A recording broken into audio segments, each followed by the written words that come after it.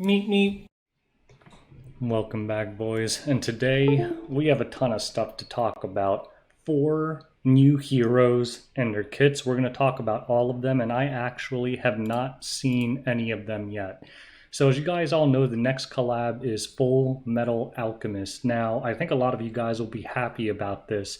Me personally, I don't really know much about this anime. I know a few people that say that it's really good.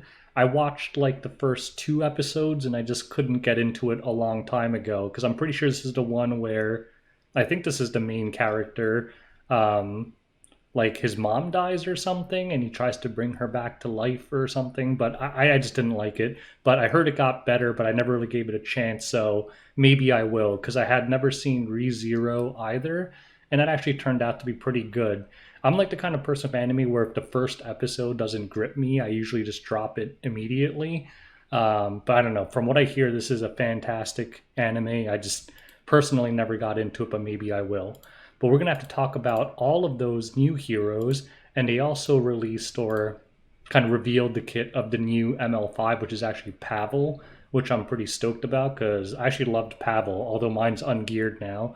But back when he was used a lot, I actually loved him. And obviously, we got this new DN skin. Pretty much everyone has DN nowadays. I'm sure everyone's going to be happy about that. With that said, if I miss anything like usual, feel free to comment below and correct me if I screwed anything up. I always do. But you smart boys out there will correct me and I'll make sure your comment gets to the top. So if I say anything wrong, just go to the comments and see what I messed up.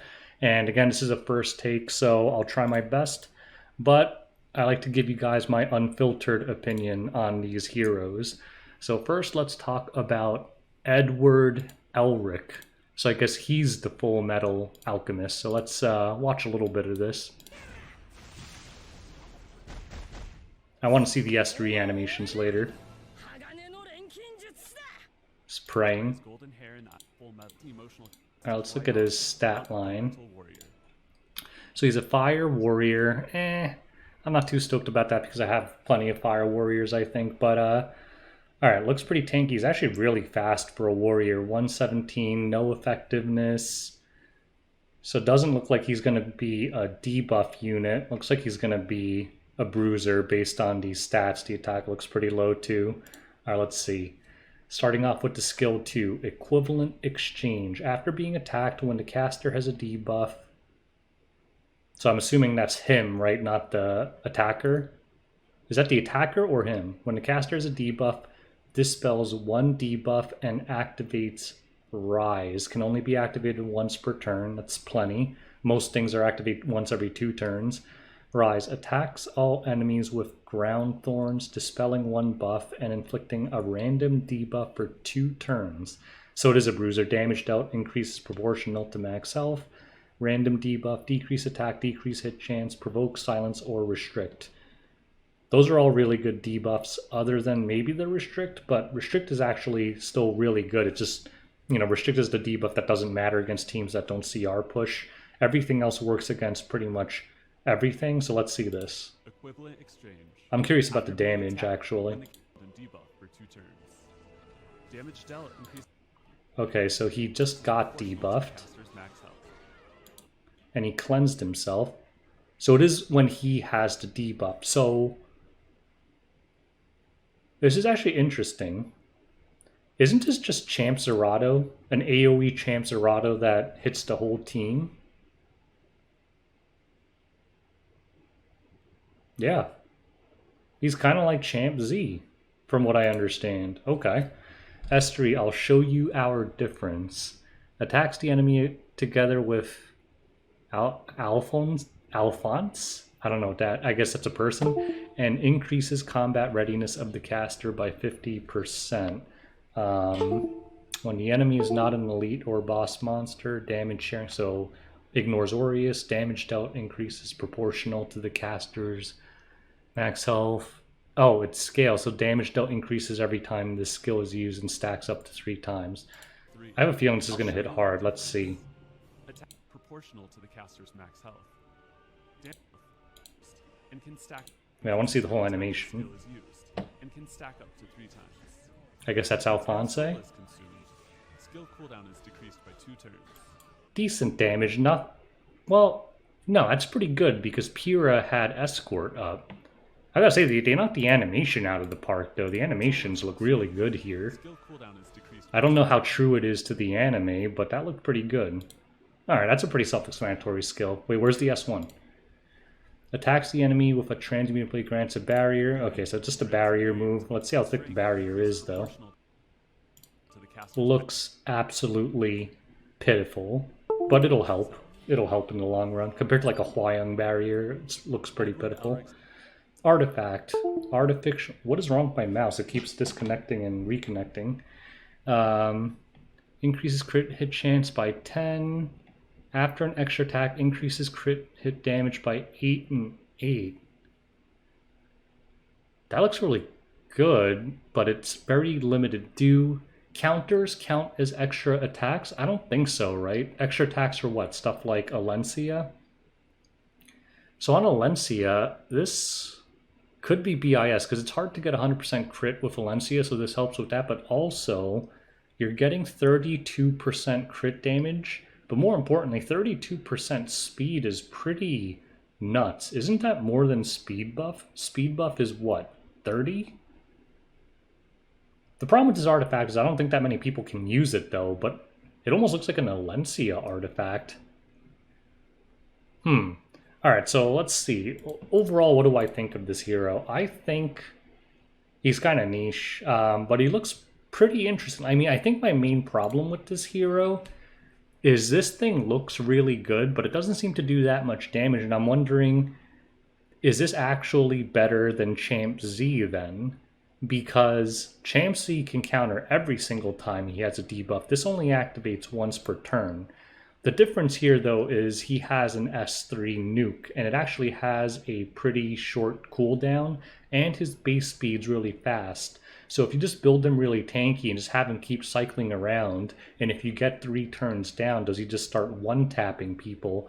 That might be the way you play it, but I kind of like playing pretty aggro and offensive, so I don't usually want my matches to last that long, but in that kind of play style, this hero might actually be dangerous. So yeah, I think this part of him doesn't make him that unique because Champ Z exists, but this might be the X factor that makes him different, because the problem with Champ Z is if they don't have debuffs, he just sits there and does nothing. He doesn't do that much damage, right?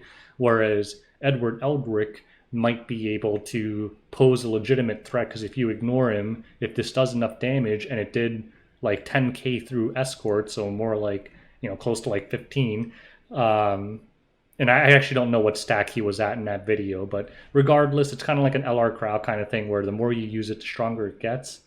I don't know. I'm pretty excited about this hero. I think I definitely want to try him out. And the artifact is definitely good, but only on very specific heroes. All right, I don't want to spend too much time on each hero because there's so many new ones.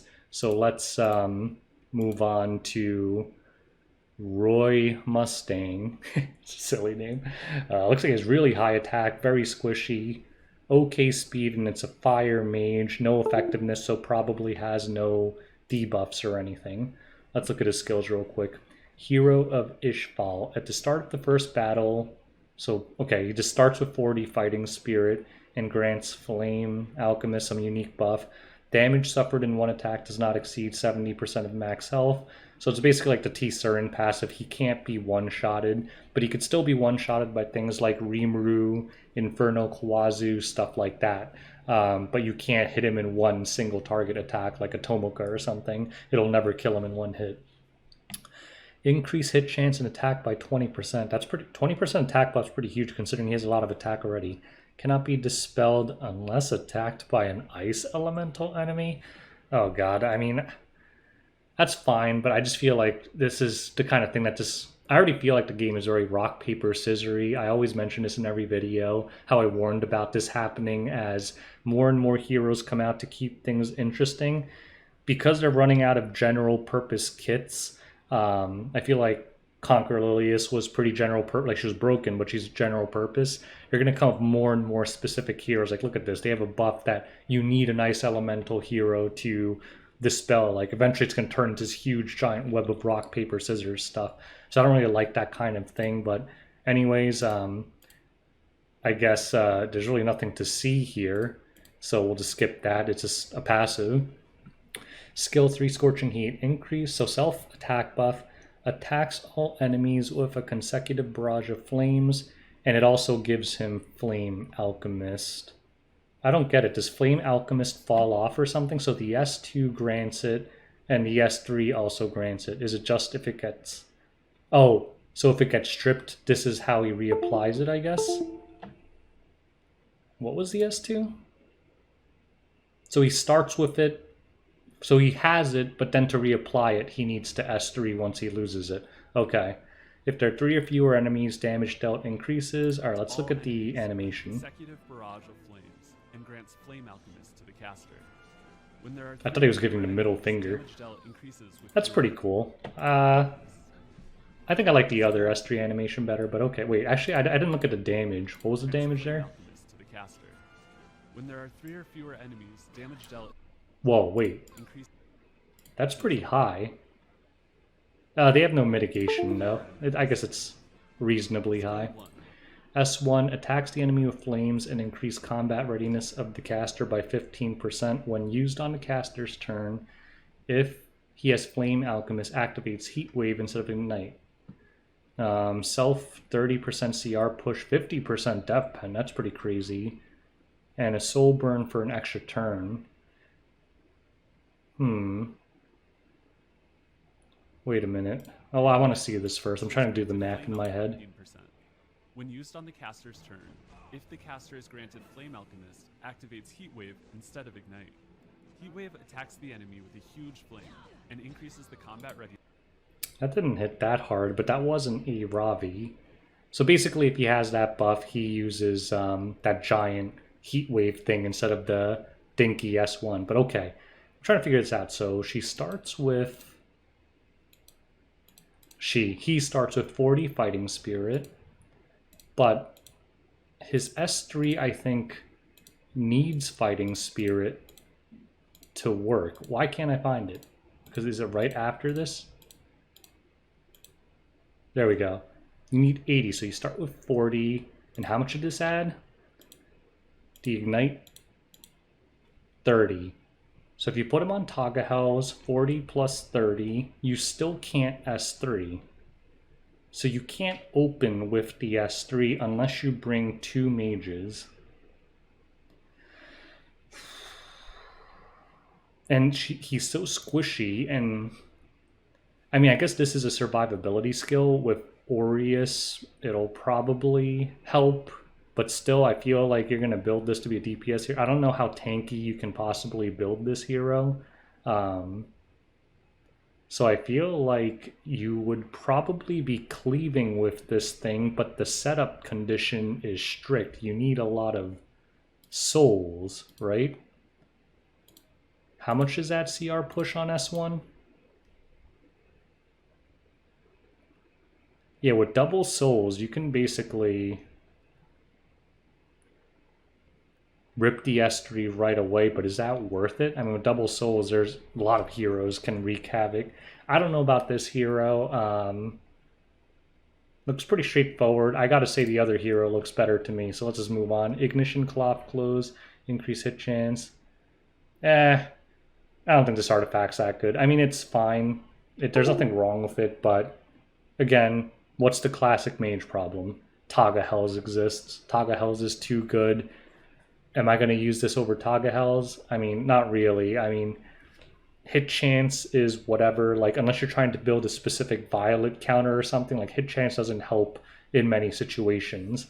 I guess if you're trying to hit a blue unit or something and attack 14%, that's pretty good, but not game breaking compared to having 2 extra souls all the time or 20 extra souls.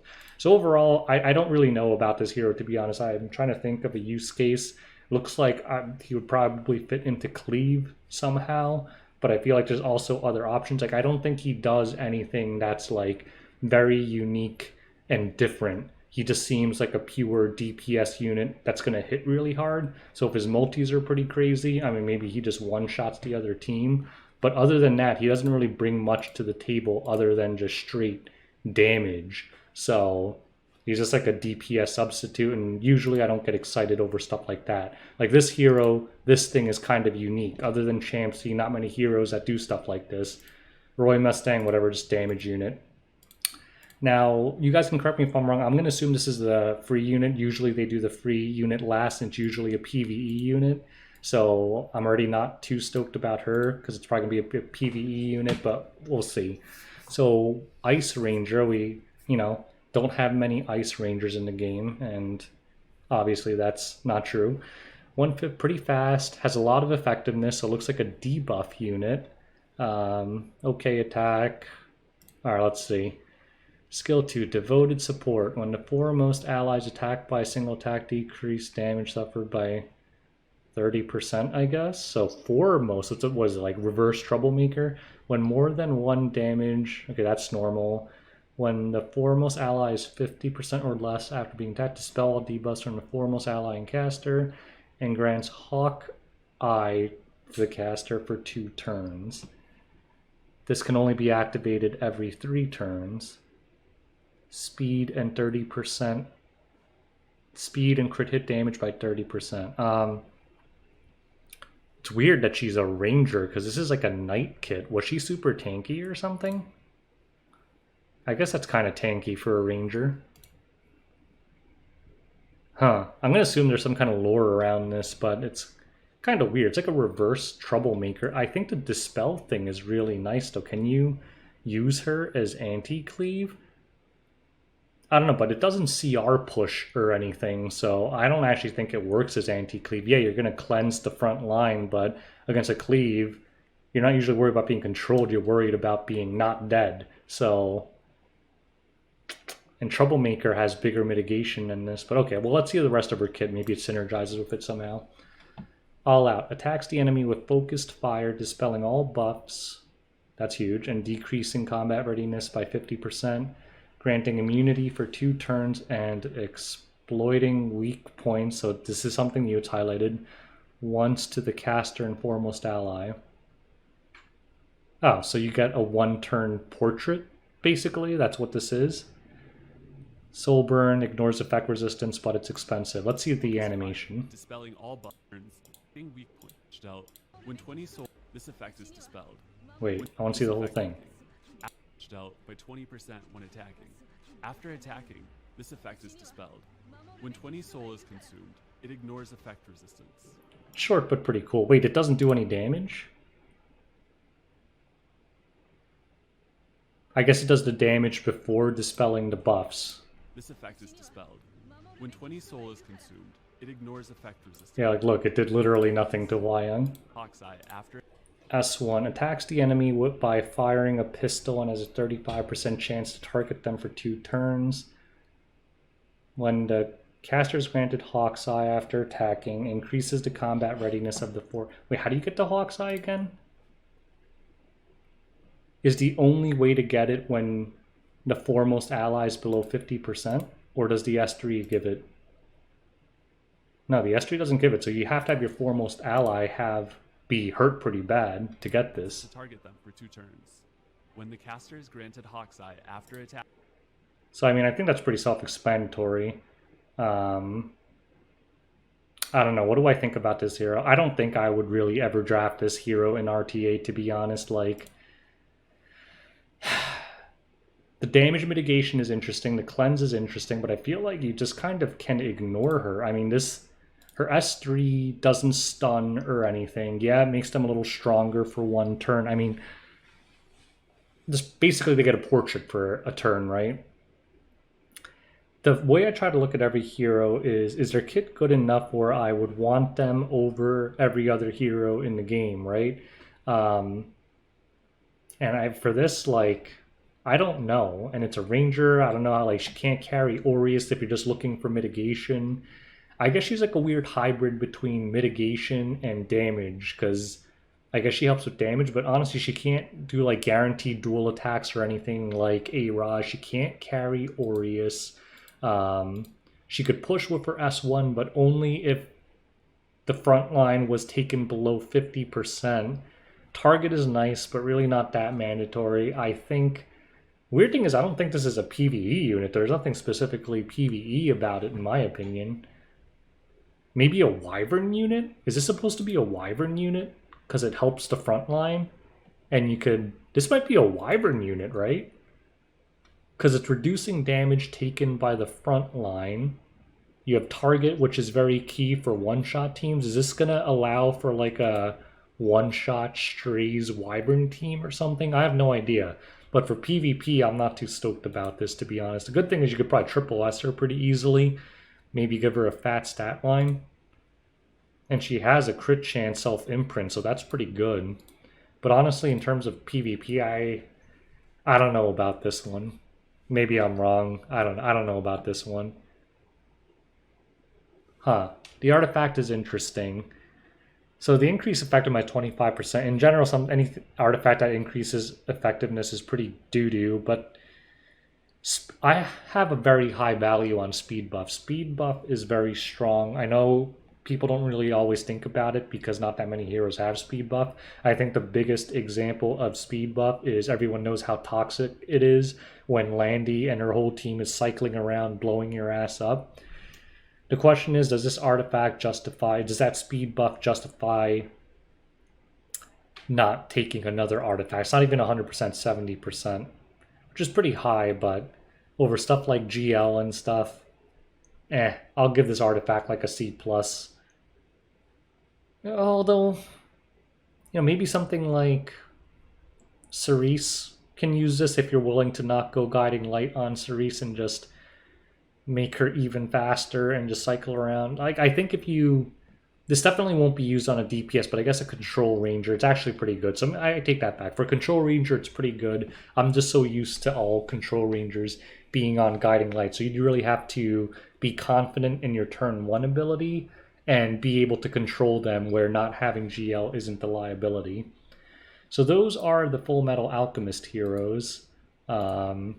I'm guessing Mashu's giving his take. Let's talk about Commander Pavel. Actually, I kind of want to see this. For an insignificant person like you, death is too kind to give. Ooh, it's kind of a thug. I like it. Where's the stat line? Damn, he has a lot of attack. It's not very fast, though. No effectiveness, so he won't have any debuffs. So he's kind of slow, actually. That's really slow for a ranger, but his attack stat's pretty huge. Skill 2, Obstacle Elimination. Another Fighting Spirit thing. 60 Fighting Spirit. After an ally except the caster makes a critical hit, gains 20 Fighting Spirit. And when Fighting Spirit is full, uses it all. So kind of like, like Milim or Arya. When it stacks up, it just activates, I guess. Oh wait, this effect is not activated by counterattack, dual attack, or extra attack. So you can't just be spamming this because your team is countering. And I'm guessing that if you have like an AoE crit, it still only counts once. Gives him an attack buff and attacks all enemies. So it's almost like the green Pavel's S2, except it just fires it off when he has full fighting spirit, right? Because it's self-attack buff, attacks all enemies. I guess the self-CR push is different though. So Flitica crits. Yeah, he only got like 20 fighting spirit there. Then this will crit. And then I guess Pavel will launch his thingy. There we go. And it is the Pavel S2. And it hits pretty hard. And it pushes him to the front. Oh, this hero might be redonkulous, actually. Die, you fly. Attacks enemy with pistol. Ignores Aureus. Is this Pavel? Is this freaking Pavel? Pavel does the same thing with his S3. When the caster's attack is greater, penetrate starts. So it's a death pen, Pavel. So I guess you need to. Is it an attack scaling hero, I guess? But he still benefits from crit damage, so you'd have to find that right balance. Oh, actually, it probably doesn't matter. Maybe the attack differential to get the maximum penetration isn't that big. Let's see what the animation here is. With the penetration rate increasing proportional to the difference, up to a maximum of 70%. When 10 soul is consumed, this skill's cooldown is okay. There's no mitigation, but that's still some pretty sick damage. 18k on a Ravi. No mitigation, no. By 2 turns. The Mystic Summon. Where's the S1? I want to see the S1. How sloppy. Oh, that's a gross name. Very sloppy. 65, so just a basic. It's probably just a Pavel S1 slash thing, right? to decrease Yeah. attack. Okay. All right, what do I think about this hero? Well, I think the best thing is to go back to how they showcase it. Gone. This He's a hero is cleave not unit. activated by counterattacks, dual attacks, or extra attacks. So if anything that can crit twice in the opener, And attacks all he can enemies by be slotted into a lot of... So you need to be fast though, but I don't think this hero will work in any kind of bruiser draft, and I don't think he's meant to. I think he's just a straight up cleave unit. So I think turn 1 speed units that have 2 attacks are gonna synergize very well with him. So obviously Flitica. The problem with Flitica though is she can't win speed races against well-geared units. But Cerise, she can S3, S2, push this Pavel. Ironically, Green Pavel also works if you built the super fast Green Pavel, because he S2, S3s, and then you push up Commander Pavel, he S2, S3s. So, am I missing anything? Pyrrha can't do it unless you S1 instead of S3ing, which is weird. Rand can't do it because his extra turn doesn't count as an attack. So those are 3 I could think of right now. Cerise, Flitica, Pavel. But basically, I think he hits so hard that, in a cleave... I think, all the cleavers are going to build this unit as another option. Because that CR push is huge, and the condition's pretty easy for a cleaver. All you have to do is crit twice, and they're launched to the front. So the thing is, he's going to hit super hard, because with most cleave units... You actually have to build a decent amount of speed because you're expecting to get like a 20% CR push, 30% CR push here or there and get pushed to the front. With Pavel, he's getting a 50% self-CR push, so you could just build him straight up full damage and he's just going to get launched to the front and one-shot everything. So I think this hero looks pretty nasty for cleavers. For standard aggro players, I don't really see how it slots in. I realistically don't think you could build this in any way as a bruiser. Like he has no defensive abilities. Can you build Cowric as bruiser? No. I mean, I guess you could. You could build it, but it's still going to suck ass and die. So, all right. I think that's all the heroes. I guess we could look at the skin real quick. Yes. And if you guys wonder if you want to see... I just want to see it in the game. I don't want to see this. What is this? What's happening? That's pretty nice. Deanne's one of my favorite heroes, so I'm on board with that. Let's skim through all this other stuff real quick. Music player, whatever.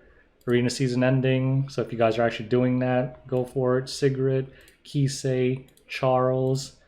3 skips right there. I guess you could get Kisei. Kisei is pretty good for RTA. And I guess that's important. If you haven't opened the box yet, the password is Commander. So let's go through a quick summary. Let's go through here. So Edward Elric, I'm pretty excited about. Depending on how hard his S3 ramps up, I think he'll be pretty good in stall comps. In terms of his S2, I think Champ Z actually just straight up does it better. But I think the S3 is what makes him different. Roy Mustang, I don't really care about this hero. It just seems like a DPS unit. So I don't think there's anything about his kit that is really that unique or special other than it looks like he's just going to hit really hard. And a lot of units in the game hit really hard and aren't viable. So we'll see about him. If I'm missing something about his kit, feel free to correct me. Again, it's just my first take. Riza Hawkeye, I'm not excited about at all. I think at least her kit's kind of interesting. I've never seen that foremost ally thing. What's that?